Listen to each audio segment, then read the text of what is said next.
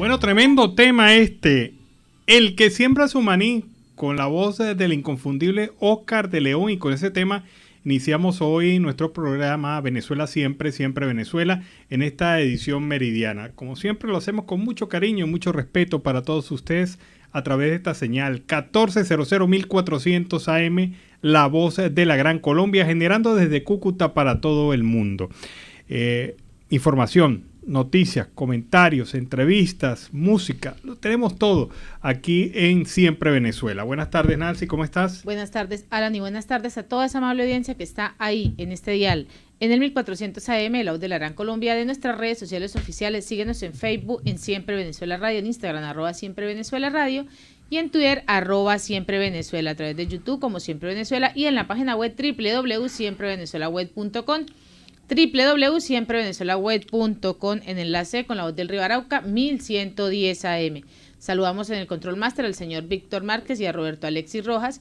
En las redes sociales a Alex Meneses, y en la producción a Vanessa Chacón, Alan Peralta con registro nacional 0715, y quien les habla, Nancy Pacheco, con registro nacional 0713, el Colegio Nacional de Periodistas Seccional Norte de Santander.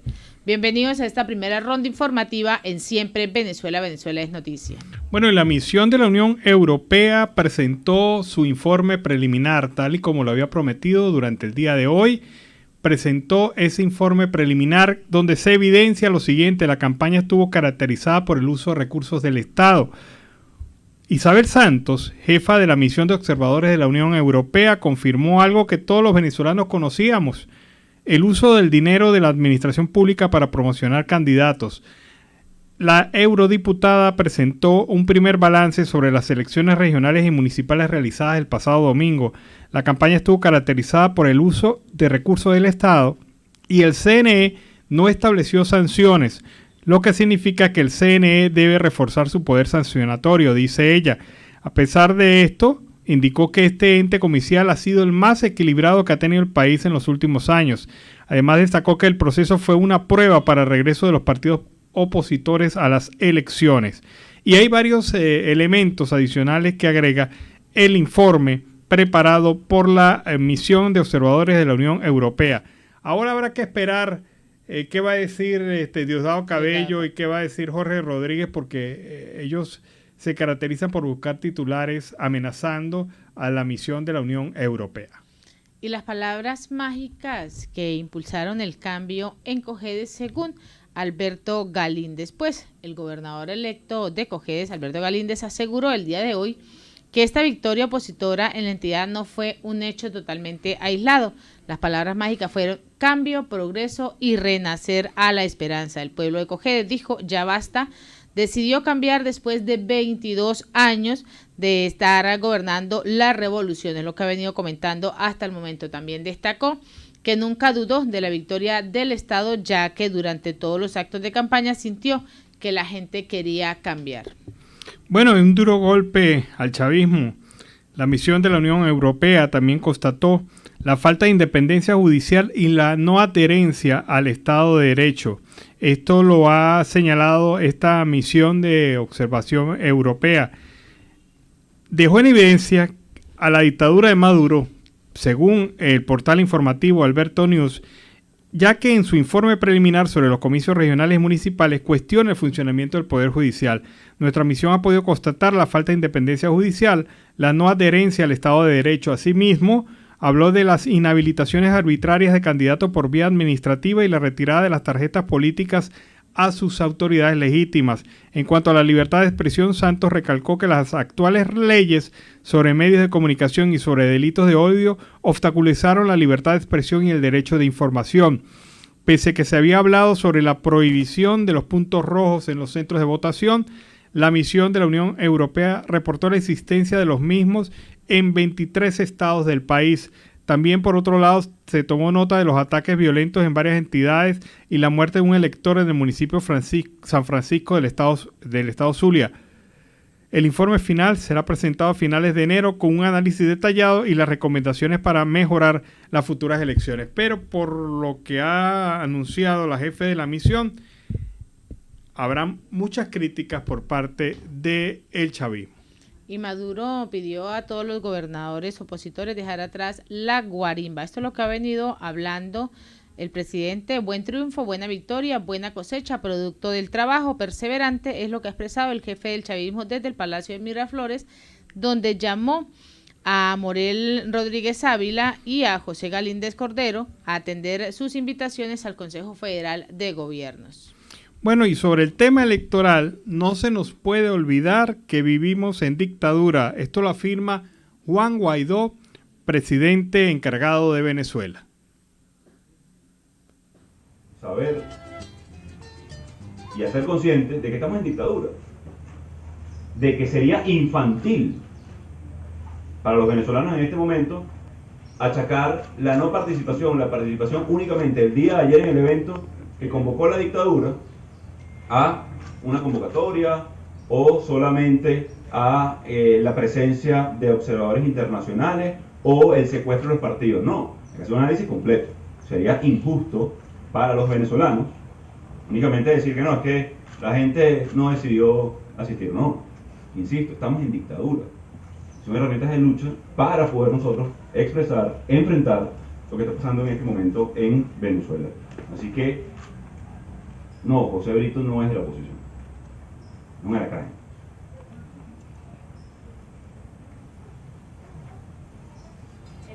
Cooptado por la dictadura, esa unidad pasa primero por ejemplo, hay una, esto va a sonar trivial, y me disculpan la expresión, hay un requisito para hacer oposición, y suena trivial, me disculpen la obviedad, y es hacer oposición. ¿Qué quiero decir con esto? Si usted es un dirigente que hoy aún le dice presidente, entre comillas, constitucional, entre comillas, a Maduro, mira, no está haciendo oposición. Pareciera trivial. Pero busca bajarle la cabeza al poder, al régimen, para tratar o de que no lo persigan o tratar de sobrevivir de alguna manera. Entonces, no solamente pasa por primarias, pasa por articular en el objetivo claro que es la solución política al conflicto en Venezuela, que pasa por una elección presidencial libre y justa, y luego vienen todos los mecanismos para... Entonces, el presidente encargado, Juan Guaidó, señalando aspectos fundamentales en relación al proceso electoral del pasado domingo. Y en otro orden noticioso, 12 militares imputados por la muerte de Tony Canelón durante las protestas del año 2017. Pues estos 12 funcionarios de la Guardia Nacional Bolivariana fueron imputados por la muerte de Gruseni Antonio Canelón, conocido como Tony Canelón, durante las protestas del 2017 en el estado Lara. La Fiscalía 85 Nacional del Ministerio Público llegó al estado e imputó a la Guardia Nacional Bolivariana por los delitos de homicidio calificado por motivos futiles y innobles, tratos crueles, abuso de autoridad, uso indebido de arma orgánica y privación legítima de la libertad. La orden de aprehensión contra estos 14 guardias involucrados en este crimen existía desde el 18 de abril del año 17, pero nunca fue ejecutada. Esto es lo que ha venido reseñando la periodista Karina Peraza. Bueno, pero fíjate esto, una orden de captura para unos funcionarios de la Guardia Nacional plenamente identificados, localizados, y la Fiscalía del Ministerio Público nunca actuó en correspondencia con el caso. Y ocurre que desde el 18 de abril de 2017, estamos hablando de que 18, 19, 20, 21, 4 años, casi 5 años después, es que la orden de captura se ejecuta. Y uno se pregunta cómo puede pasar esto en un país en donde supuestamente la Fiscalía actúa de manera independiente. Y es de las mejores fiscalías que existen. Porque esto es lo que dice Tarek William Saab. ¿Cómo es posible que 5 años después, 2 de los cuales tiene mandando Tarek en esa fiscalía, no se haya ejecutado una orden de captura contra estos 14 guardias nacionales involucrados en este hecho de asesinato de Tony Canelón? Y hasta ahora que se está haciendo la acción. Pero no conforme con eso, a pesar de ser un hecho público, notorio y comunicacional, algunos de estos guardias nacionales fueron ascendidos de rango durante todo este tiempo. Ese fue el premio que se les dio, ¿no? Claro, se les premió con eso, con ascensos, y esta gente pues ha disfrutado de sus ascensos, a pesar de haber manchado el honor militar y a pesar de haber cometido un crimen por el cual la justicia venezolana lo viene requiriendo desde el año 2017. Y entonces uno se pregunta, ¿por qué si desde el 2017 estos 14 guardias estaban identificados, estaban localizados, estaban señalados, tenían una orden de captura? Primero, ¿por qué la Fiscalía nunca ejecutó esta orden de captura? ¿Por qué las autoridades policiales nunca ejecutaron? ¿Por qué los militares nunca ejecutaron y más bien los premiaron con ascensos? ¿Por qué no hubo seguimiento de este caso, a pesar de ser público, notorio y comunicacional? Entonces uno entiende allí cómo esta situación, pues en realidad demuestra a las claras una justicia mediatizada, manipulada, controvertida y sobre todo a favor de los intereses de los grupúsculos de poder y no del colectivo social. Así que bueno, felicitamos que haya iniciado el proceso, pero también criticamos absolutamente que se haya esperado casi 5 años para poder hacer una acción que ya estaba determinada desde abril del 2017. Y en otro orden, estas regionales que se presentaron el 21 de noviembre, pues la oposición ganó en Chacao, Baruta y El Hatillo, pero perdió en Sucre. Los aspirantes de las alcaldías de la oposición obtuvieron una reelección en estos municipios, como lo son, y lo reitero, Chacao, Baruta y Hatillo, pero han perdido en Sucre según las actas del Consejo Nacional Electoral. Gustavo Duque reafirmó su cargo con un respaldo del 72,82% por encima de Freddy Gutiérrez y Gloria de Pinto. El funcionario celebró este triunfo de estas regionales, lo hizo a través de su cuenta en Twitter.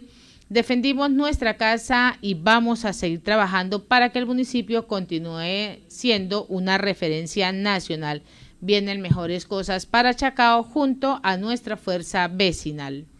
Bueno, recordemos un poco el caso de Tony Canelón, el joven, el primero que murió en manos de los guardias nacionales durante las movilizaciones del 2017, cayó el 13 de abril del año pasado, el estado donde estos efectivos cometieron la mayor cantidad de asesinatos, 10 en total.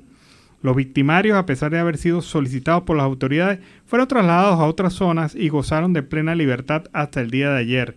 Después del asesinato de Tony, que fue asesinado a sus 32 años por guardias nacionales que le dispararon a quemarropa en medio de una manifestación contra el gobierno que se registraba en el distribuidor Bellas Artes en Caudare, municipio palavecino del estado Lara. El joven, que fue torturado y estuvo 2 días hospitalizado, murió el 13 de abril a las 3 de la tarde. Fue el tercer caído en Lara en el contexto de las protestas contra Nicolás Maduro, en los que también mataron a Miguel Ángel Colmenares y Brian Principal. Por su muerte se libraron 14 órdenes de captura en contra de funcionarios de la Guardia Nacional, quienes hasta ayer continuaban libres.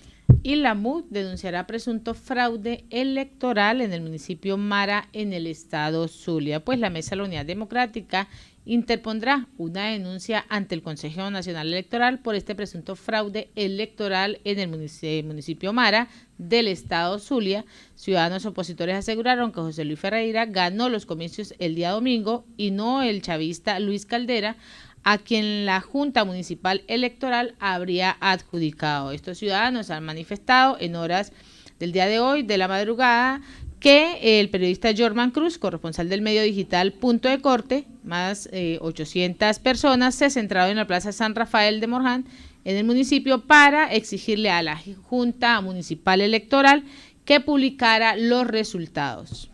Bueno, y también hay protestas masivas en el estado Apure. Allá en San Fernando de Apure se ha instalado Luis Lipa y la gente de la oposición a exigir que se le reconozca como gobernador electo.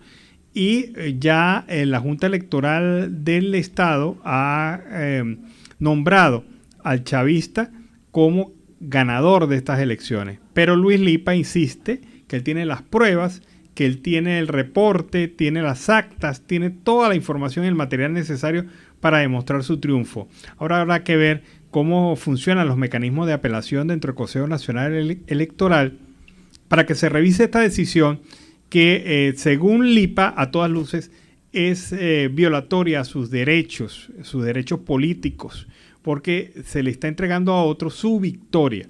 Lo mismo ha pasado en el estado de Barinas, en donde las protestas han permitido que no se nombre gobernador allá por parte de la Junta Electoral Estadal, pero todo indica que el ganador de esas elecciones es el candidato de la oposición, quien se habría impuesto allá por mínima diferencia, pero ganando en las elecciones en el estado de Barinas. Así que Barinas y Apure son estados hasta ayer chavistas, anteantier chavistas, pero hoy deben ser opositores.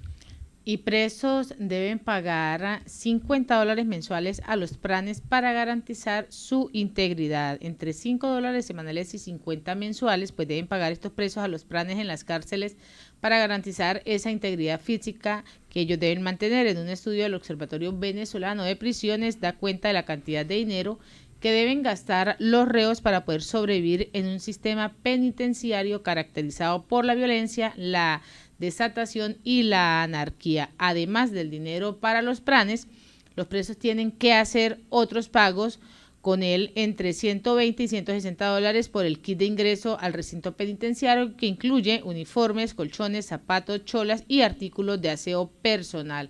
El pago para las visitas depende del caso. Las conyugales pues cuestan entre $10 y $50 y las comunes hasta 10, dependiendo de si los familiares quieren ingresar con más insumos de lo permitido, pues la visita por niño cuesta $15. Esto es una vergüenza. Total. Esto es una vergüenza, porque eso es la garantía del Estado sobre sus presos, pero la ha entregado a la administración como si fuera un club por parte de los pranes de las cárceles. Que tú pagues por el material que te tiene que entregar el Estado es una vergüenza, pero todo es un negocio dentro de las cárceles venezolanas, como todo es un negocio dentro del país por parte de funcionarios chavistas, porque esto no se hace de espalda a los policías, ni se hace de espalda a las autoridades de las cárceles, del Ministerio de Prisiones. Eso está mitad. Claro, ahí va plata para ellos también. Así que definitivamente, pues una clara demostración de cómo se violan los derechos de los presos. Y el preso que no tiene, el pobre, el que, bueno, cayó por pobreza en estas situaciones, ¿qué va a hacer? Morirá de mengua porque no tendrá cómo comer, no tendrá cómo sobrevivir. Cómo solventar todas sus necesidades. Bueno, y estamos cumpliendo un mes desde que se firmó el memorándum de entendimiento de la Corte Penal Internacional. Y según el defensor de derechos humanos Marino Alvarado, no hay ningún anuncio oficial que indique cuáles son los pasos concretos a implementar para avanzar en el juzgamiento de los responsables de los crímenes de lesa humanidad. El primer paso es reconocer que se cometieron tales crímenes y esto no se ha hecho por parte del Estado. ¿Cómo investigar los crímenes si no se reconoce que se perpetraron? Dice Marino Alvarado. El fiscal impuesto por la extinta Asamblea Constituyente, el fiscal de Maduro, Tarek William Saab, tiene la palabra, dice el defensor de derechos humanos Marino Alvarado, y es verdad, un mes casi de la firma de estos acuerdos y el gobierno nanay.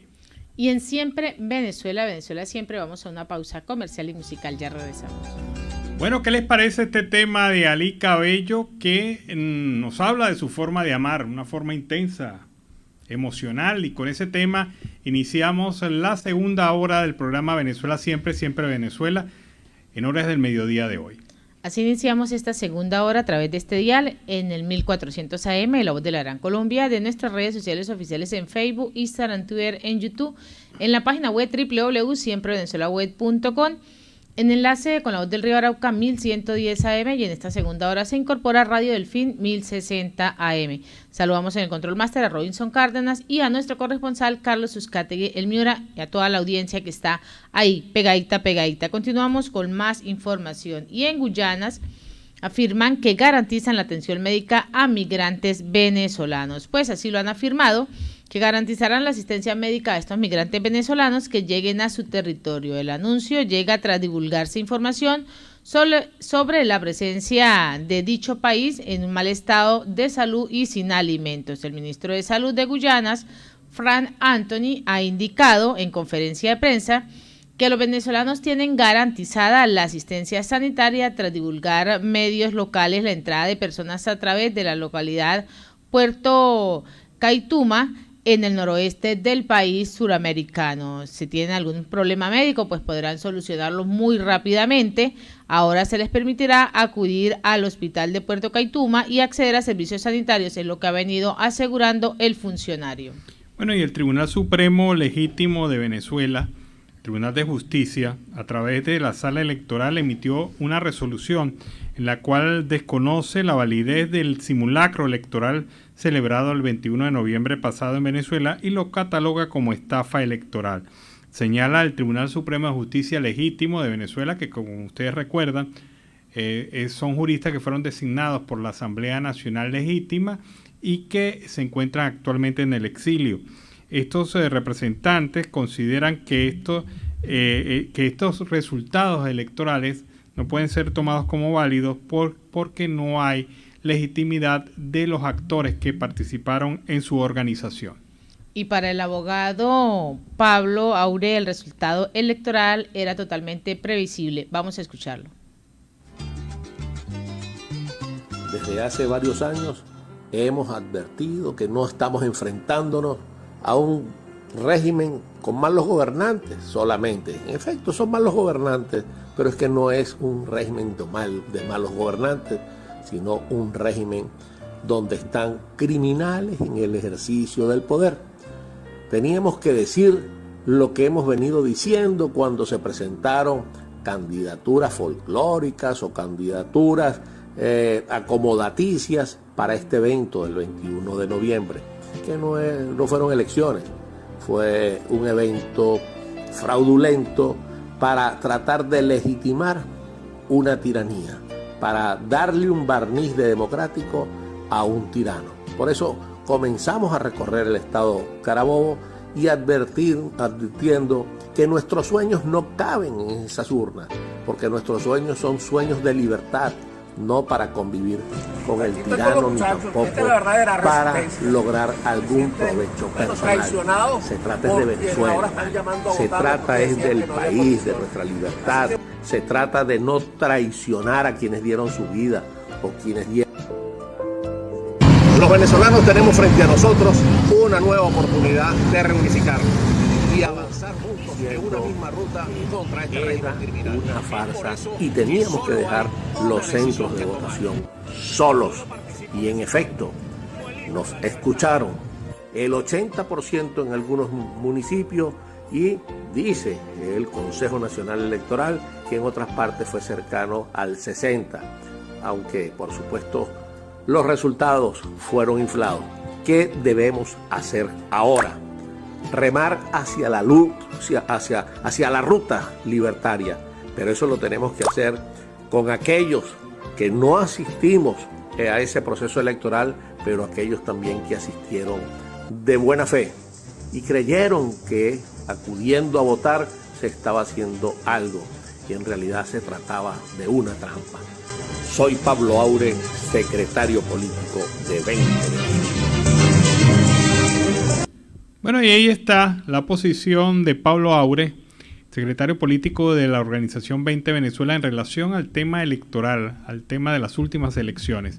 Y vámonos ahora al reporte de nuestro corresponsal en La Guajira, Carlos Uzcategui, el Miura. Saludos cordiales, una feliz tarde para todos desde el departamento de La Guajira. Carlos Uzcategui, el Miura, con las noticias que están impactando para el programa Siempre Venezuela, Venezuela Siempre. Buen provecho, Alan, buen provecho, Nancy, y a todo tu equipo de producción. Ya con las noticias del Caribe, la costa colombiana, el Atlántico, el Magdalena y por supuesto desde La Guajira. Caribe, Sucre, capturan a 13 miembros del Clan del Golfo en Sucre. Secretario General de la ONU conmemora los 5 años de la firma del Acuerdo de Paz. Colombia registró hasta el momento 2.194 nuevos casos en 24 horas y 45 fallecidos de COVID-19. En La Guajira, la Universidad de La Guajira y la empresa minera Cerrejón unen esfuerzos en investigación sobre la alimentación de la población. En el marco del seminario La Cultura del Cuidado de Regreso a lo Básico, la empresa minera Cerrejón, la Universidad de La Guajira, Positiva y la Fundación Colombiana del Corazón y AON presentaron el libro Imaginarios Colectivos y entregar documentos para legalizar sus predios. Sería un buen punto, ya que la empresa Aire, empresa de electricidad privada, inicia sus adecuaciones para modernizar la subestación de Ribacha en La Guajira. Estudiantes de La Guajira de la Unidad Educativa Técnica Agropecuaria de Urumita resaltaron en las pruebas Saber 2021. Sala plena del Consejo de Estado decide unificar jurisprudencia en caso del gobernador de La Guajira, Nemesio Roy Garzón. En una polémica, la improvisación como estrategia gubernamental. Las organizaciones no gubernamentales han venido visibilizando su preocupación por el alto grado de improvisación e incumplimiento en la ejecución de sentencias por parte de las entidades del gobierno que acuden a ellas como estrategia explícita a su accionar. Karin Arredondo es la reina central del Carnaval de Ribacha 2022. Barranquero recibe reconocimiento gracias a su idea de negocio que genera 50 empleos. Próximo Festival Vallenato será en homenaje a Jorge Oñate. En Dibuya, municipio del sur de La Guajira, se dio inicio al ciclo de capacitaciones con operadores turísticos. Entregan 2 turbinas para mejorar el funcionamiento de los pozos profundos en 2 resguardos indígenas de Hato Nuevo. Comunidades indígenas de Manaure afectadas con virus que produce vómito y diarrea. Procuraduría recibe queja por nombramiento del secretario de Educación en Maicao. Socializaron obras de adecuación y dotación de aulas en 11 instituciones educativas de Maicao. Coc Magdalena, zona portuaria de Barranquilla, en manos del río. Un colombiano recorre en mula la antigua ruta Cajapax-Ñan por 6 países. La intervenida SMAC de Santa Marta ya tenía contratado el alumbrado navideño, nada más y nada menos que por 2.500 millones de pesos. Universidad Externado confirma el plagio en tesis de maestría de presidenta de la Cámara. 0 fallecidos en Barranquilla y 12 en municipio. 243 casos de COVID en la costa atlántica. Juicio al barranquillero Alex Saque en los Estados Unidos por lavado de dinero será en enero del 2022. Desarticulan los maleantes que estarían dedicados a atracos en Soledad. En una polémica situación, el secretario de Gobierno de Santa Marta le indica al coronel de la policía: hasta aquí llegó tu carrera. El nadador paralímpico Theo Curin completa la travesía más larga del Titicaca. Vuelve y juega Samper Pizano de nuevo ante la Comisión de la Verdad. Colombia se abre paso a través de los Andes con complejo de obras viales. Nuevo comandante del Departamento de La Guajira de la Policía lo dijo claro y conciso: la policía debe ser transparente y al servicio de las comunidades. Se incrementa el número de robos de motocicletas en época de fin de año en el municipio de Fonseca. 4 guajiros clasificados a los semifinales del fútbol profesional colombiano. Entra en operación la UNA, la nueva S del Atlántico. Sector portuario le exige al dragador retomar las labores. Se dejan de exportar 73.438 toneladas de coque, lo dice la gente de FN Carbón. Presencialidad en colegios públicos del Atlántico cierra en el 90%. Al parar la exploración de hidrocarburos se perderá la autosuficiencia. ACP. Hija de Charles Chaplin, invitada de lujo en los 25 años del Salón Audiovisual en Barranquilla. La champeta pierde a su piedra angular. Murió Abelardo Carbona. Según Jorge Robledo, el senador Gustavo Petro es irresponsable y populista. Fajardo lanza su plan para la educación. Barrios de Barranquilla y Soledad estarán sin energía este martes. 296 excombatientes de la FARC han sido asesinados en los últimos 5 años. En el caso de la Registraduría Nacional del Estado Civil, declaró desierta la licitación para el software de escrutinio. Según el presidente Iván Duque Márquez sobre las elecciones en Venezuela, es una crónica de un fraude anunciado. Joven con huesos de cristal será trasladada por Nueva EPS a Bogotá. La mujer padece de una enfermedad llamada osteogénesis imperfecta, proyecto de ley que busca que gallinas ponedores estén libres de jaula. Polémica, este 26 de noviembre arrancarían las negociaciones por el salario mínimo.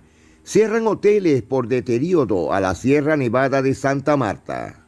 Utilidad neta de Promigas fue de 236.486 millones de pesos en el tercer trimestre. El crecimiento fue del 10% frente al mismo periodo del año pasado. Exportación de mango colombiano es todo un éxito. Servicio de Inspección autorizó el ingreso al mercado norteamericano y será sometido a un tratamiento con agua caliente o irradiación. Destinan 18.000 millones de pesos para el programa de becas en la costa atlántica. Ya Colombia reveló su roster para el béisbol panamericano junior. En zonas de fronteras con Colombia se habilitarán puestos de vacunación. En Valledupar el parqueadero municipal está colapsado. Se está pensando en que rematarán los vehículos inmovilizados. Incertidumbre por construcción de la segunda fase de la Universidad Nacional, sede de La Paz en el Cesar. Según el presidente de FENALCO seccional Cesar, se necesita confianza entre el sector privado y público. Ya hay fecha para la quinta versión Rey de Reyes del Festival Vallenato en sus 55 años, que será en Valledupar del 26 a 30 de abril del 2022. Bueno, y sorpresa para todos los del Cesar y el Magdalena. La empresa Finia lo dijo claro, está en elpilón.com. Aumentará gradualmente el precio de la energía. En los próximos 48 meses se incrementará poco a poco el valor del kilovatio en los 5 departamentos donde la empresa privada Finia hace presencia. Es decir, más golpes para el bolsillo. Batallón La Popa realizó jornada de apoyo en zona vulnerable de Bosconia. Señores, nos estamos despidiendo. Les deseo un buen provecho a esta hora y nos despedimos. Será hasta mañana. Carlos Jucate y el Miura para el programa Siempre Venezuela, Venezuela Siempre. Mil bendiciones para todos ustedes. Bueno, y con el reporte de Carlos Uzcategui y el Miura nos vamos a la pausa musical y comercial de este momento. Bueno, y el tema Vete con Mono Zabaleta y Daniel Maestre pues nos sirve para iniciar el último segmento de esta torta de 4 que tiene Venezuela Siempre, Siempre Venezuela. Este último segmento lo iniciamos con este tema y tenemos más información. Y a esta hora vamos con la segunda parte de Vigilante Electoral.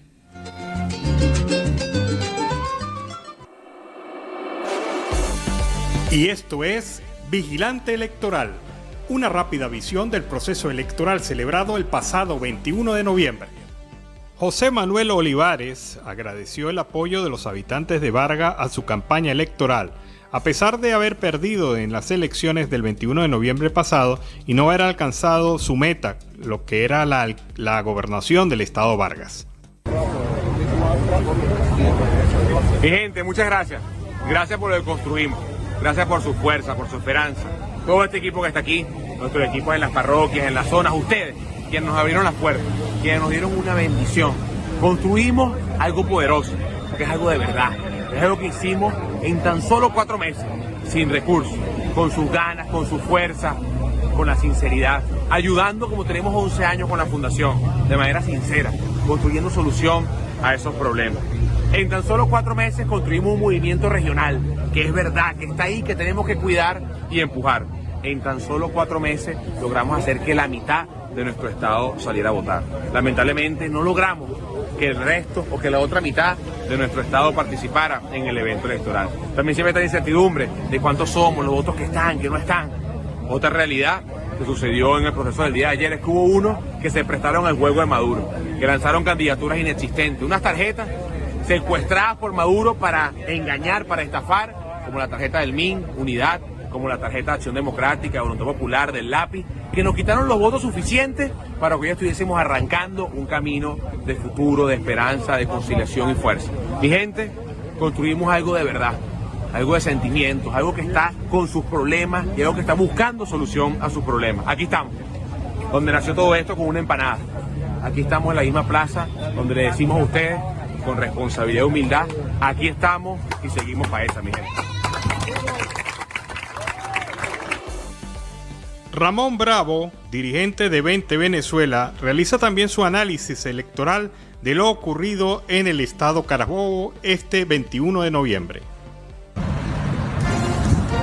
El domingo 21, Carabobo se manifestó ante una dirigencia política que dio una lectura incorrecta al drama que viven los venezolanos. Pero yo no estoy aquí para juzgarlo. Ya el 64% de los carabobeños lo hizo al darles la espalda en las urnas electorales. Llegó el momento de que nuevos liderazgos asuman la conducción de los partidos políticos y nos aglutinemos alrededor de una verdadera unidad con un solo fin: la salida de Nicolás Maduro del poder.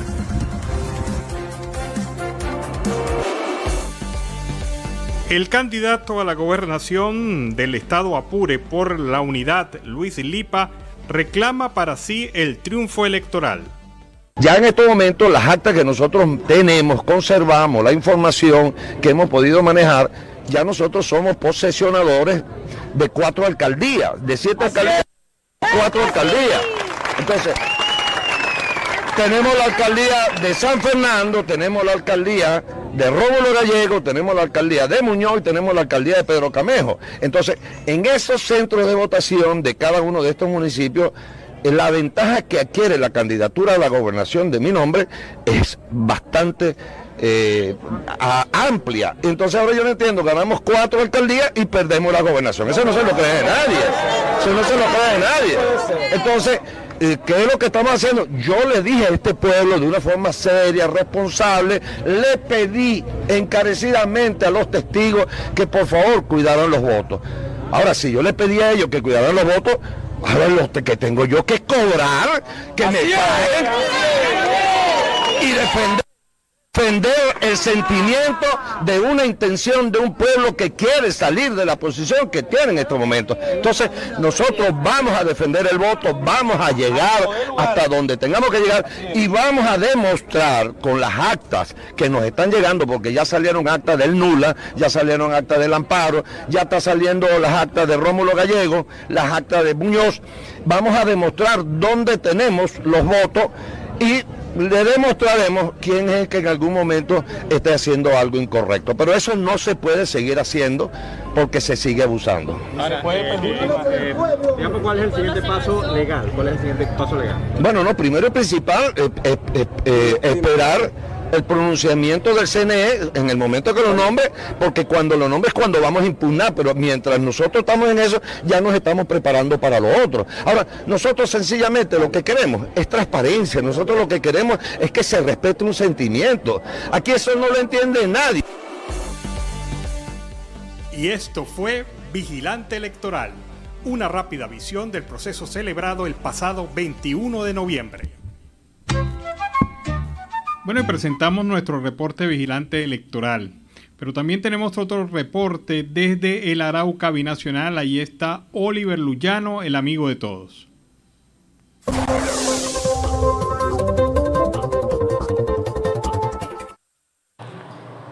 ¿Qué tal, amigos de Siempre Venezuela? Desde esta zona de frontera, desde Arauca, reporta para ustedes el amigo de todos, Oliver Luyano, guariqueño y de Saraza.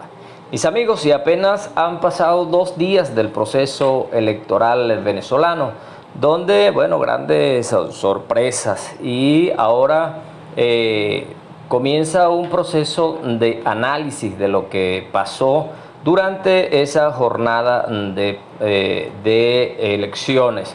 Quiero comentarles a ustedes un trabajo un análisis hecho por José Gregorio Yepes para contrapunto.com, donde él se pregunta quiénes perdieron el 21 de noviembre. Los resultados de los comicios arrojan diversas lecturas, en donde luego de cantar victoria se requiere mirar a fondo cada una de las variables. El oficialismo baja considerablemente su votación, la oposición la aumenta, pero el impacto no es el esperado.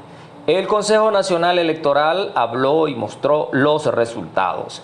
El mapa se pintó de rojo y eso no fue una sorpresa. Frente a la fragmentación de los esfuerzos opositores, ese era un resultado esperado. La sorpresa fueron otras y la más destacada fue Cojedes, es ahora opositor con el conocido y curtido dirigente político Alberto Galíndez. En la acera del oficialismo, la preocupación se orienta a revisar la caída de su votación nominal y como porcentaje del padrón electoral.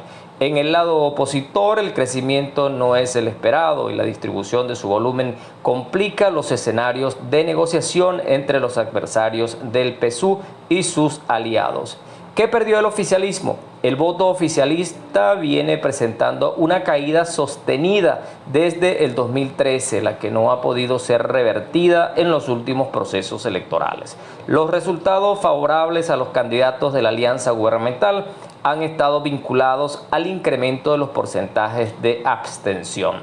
Esto ha minimizado los efectos de la merma en el volumen del sufragio que obtiene la tarjeta del PSUV y sus aliados.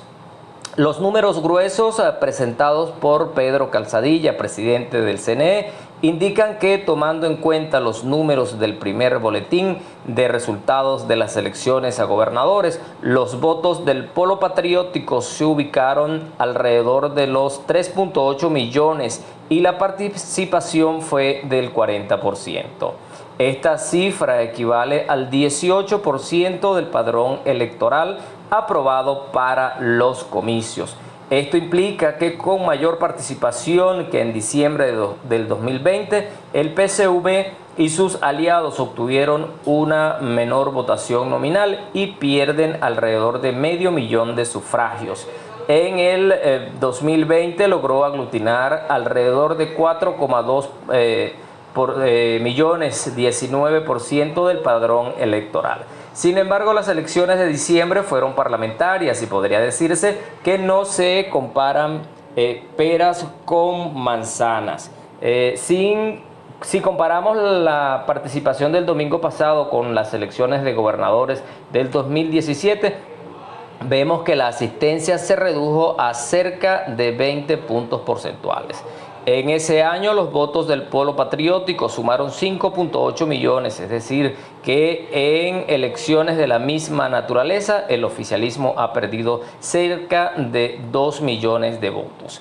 Además, el peso de su votación sobre el padrón electoral se ha reducido en un 32% en el 2017 a 18% en el 2021. El oficialismo viene perdiendo espacio sobre el universo de venezolanos autorizados a votar, pero además ha bajado la cifra nominal de sufragios obtenidos, pero sigue ganando. Es una nueva demostración que las ecuaciones políticas en Venezuela son muy particulares. Por otra parte, es importante analizar qué perdió la oposición. Lo primero que se puede decir es que las fuerzas opositoras han perdido la oportunidad de capitalizar la merma de la votación del oficialismo. La fuerza de su voto se dispersa entre los llamados a la abstención y la presentación fragmentada de candidatura frente al polo patriótico. También hay que decir que la votación opositora perdió alrededor de 500.000 al compararse con las regionales del 2017. Este domingo se registran 4,4 millones de votos al sumar todos los sufragios distintos a los obtenidos por el Partido Socialista Unido de Venezuela y sus aliados. Pareciera lógica esta merma porque la participación se redujo en un tercio. Sin embargo, aún así supera el PSUV a sus aliados y concentra el 51,7% de la población, de la votación total de la cita del 21 de noviembre. La Mesa de la Unidad Democrática aparece con 1.8 millones de votos. Según cifras extraoficiales, se suman más sufragios que los de la Alianza Democrática, que mantuvo su votación del 2020 alrededor de 1.2 millones de votos. Evidentemente, la entrada de la MUC a los juegos electorales en el 2021 influyó en el incremento de 10 puntos porcentuales en la participación, que pasó del 30% al 40%. Mirando estas cifras, se observa que la Mesa de la Unidad Democrática por sí sola no tiene el peso electoral para vencer al oficialismo. No hay que estudiar negociación en Harvard para llegar a la conclusión de que la articulación entre todos los factores que electoralmente se oponen al gobierno es necesaria para capitalizar el rechazo de su gestión. Henry Falcón perdió en Lara, le faltaron los 7 puntos que obtuvo Luis Florido de la MUC para completar la posibilidad de superar a Adolfo Pereira del PSUV. Lady Gómez perdió por 3.000 votos en Táchira, Superlano forcejea en Barinas a la hora en que se redacta esta nota por menos de 2.000 votos y no cuenta con los votos de la Alianza Democrática. Los contendores electorales de Maduro terminan anulándose unos a otros, que es la apuesta del gobierno. La oposición perdió la oportunidad de imponer su peso sobre el mapa político de Venezuela, aún siendo una mayoría electoral que agrupa alrededor de 52% de los votos del 21 de noviembre. La sorpresa y las preguntas. Por otro lado, el factor participación es determinante en la posibilidad de concretar una victoria sobre el oficialismo. Así lo demostró Cojedes, un estado tradicionalmente controlado por el chavismo.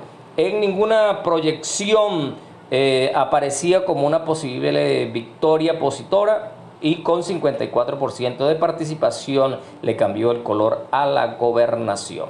Ahora la oposición marcha hacia un debate áspero por dominar la franquicia opositora, en donde se espera una realineación de las fuerzas.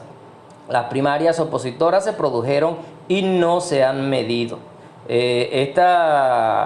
Estos resultados, amigos, compromete pues ahora la unidad del factor de oposición si realmente se desea salir del gobierno de Nicolás Maduro. Mis amigos, desde esta zona de frontera, desde Arauca, reportó para ustedes el amigo de todos, Oliver Luyano, guariqueño y de Saraza. Bueno, y este fue el reporte de Oliver Luyano desde el Arauca Binacional. Seguimos con más información. ¿Cuántos dólares en efectivo circulan en Venezuela?